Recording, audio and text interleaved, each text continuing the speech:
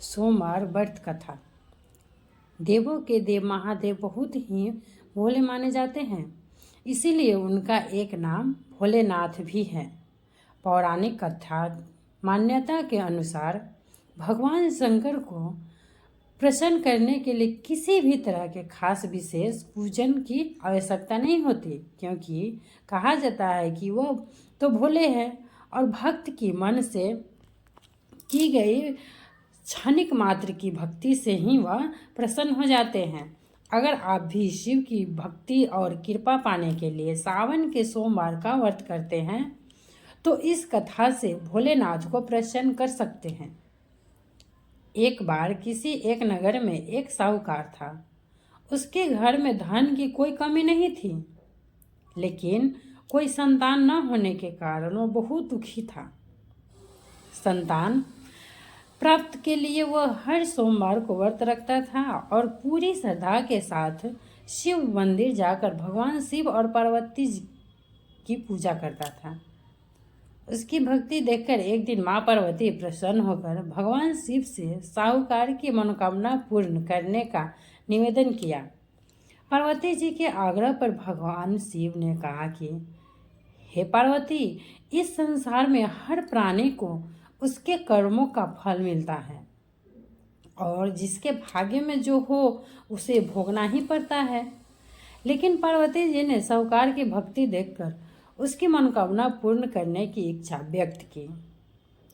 माता पार्वती के आग्रह पर शिव जी ने साहूकार को पुत्र प्राप्ति का वरदान तो दे दिया, लेकिन उन्होंने बताया कि यह बालक 12 वर्ष तक ही जीवित रहेगा।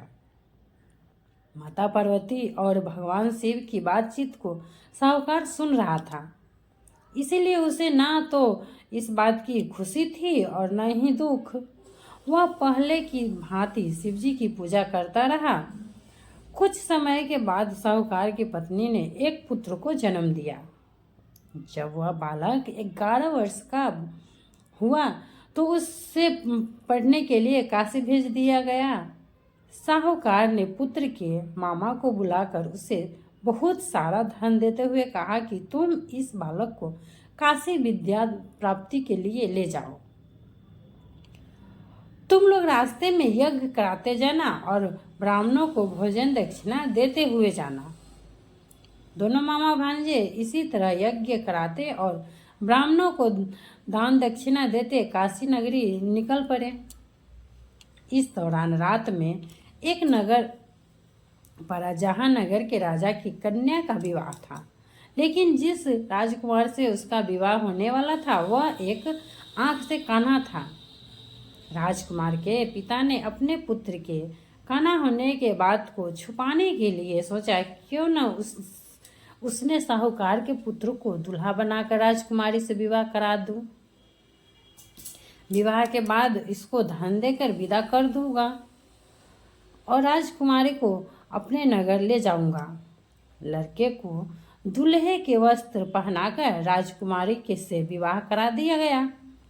साहूकार का पुत्र ईमानदार था, उसे यह बात सही नहीं लगी, इसीलिए उसने अवसर पाकर राजकुमारी के दुपट्टे पर लिखा कि तुम्हारा विवाह तो मेरे साथ हुआ है, लेकिन जिस राजकुमार के संग तुम्हें भेजा जाएगा वह एक आंख से काना है। मैं तो काशी पढ़ने जा रहा हूँ।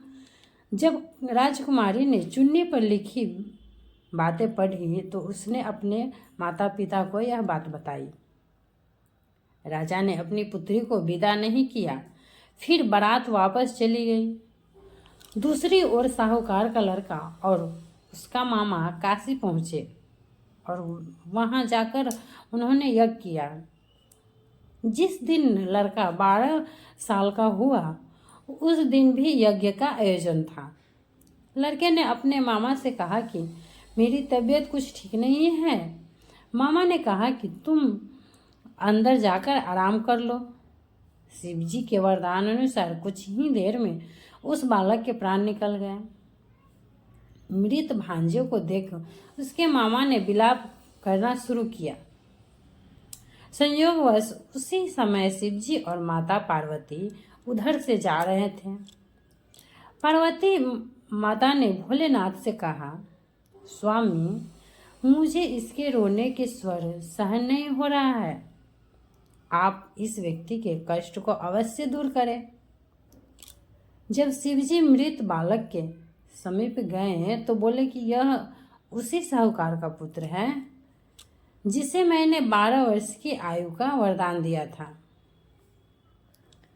अब इसकी आयु पूरी हो चुकी है। लेकिन मातृभाव से विभोर माता पार्वती ने कहा कि हे महादेव, आप इस बालक को और आयु देने की कृपा करें, अन्यथा इसके वियोग में इसके माता पिता भी तड़प तड़प कर मर जाएंगे। माता पार्वती के पुनः आग्रह पर भगवान शिव ने उस लड़के को जीवित होने का वरदान दिया। शिव जी की कृपा से वह लड़का जीवित हो गया। शिक्षा पूरा की करके लड़का ग्वामा के साथ अपने नगर की ओर वापस चल दिया। दोनों चलते हुए उसी नगर में पहुंचे जहां उसका विवाह हुआ था। उस नगर में भी उन्होंने यज्ञ का आयोजन किया। उस लड़के के ससुर ने उसे पहचान लिया और महल में ले जाकर उसकी खातिरदारी की और अपनी पुत्री को विदा किया। घर साहूकार और उसकी पत्नी भूखे प्यासे रहकर बेटे की प्रतीक्षा कर रहे थे। उन्होंने प्रण कर रखा था कि यदि उन्हें अपने बेटे की मृत्यु का समाचार मिला तो वह भी प्राण त्याग देंगे, परंतु अपने बेटे के जीवित होने का समाचार पाकर वह बेहद प्रसन्न हुए। उसी रात भगवान शिव ने साहूकार के स्वप्न में आकर कहा, हे श्रेष्ठी, मैंने तेरा सोमवार के व्रत करने और व्रत कथा सुनने से प्रसन्न होकर तेरे पुत्र को लंबी आयु प्रदान की है। इसी प्रकार जो कोई सोमवार का व्रत करता है या कथा सुनता और पढ़ता है उसके सभी दुख दूर होते हैं और सभी मनोकामनाएं पूर्ण होती है।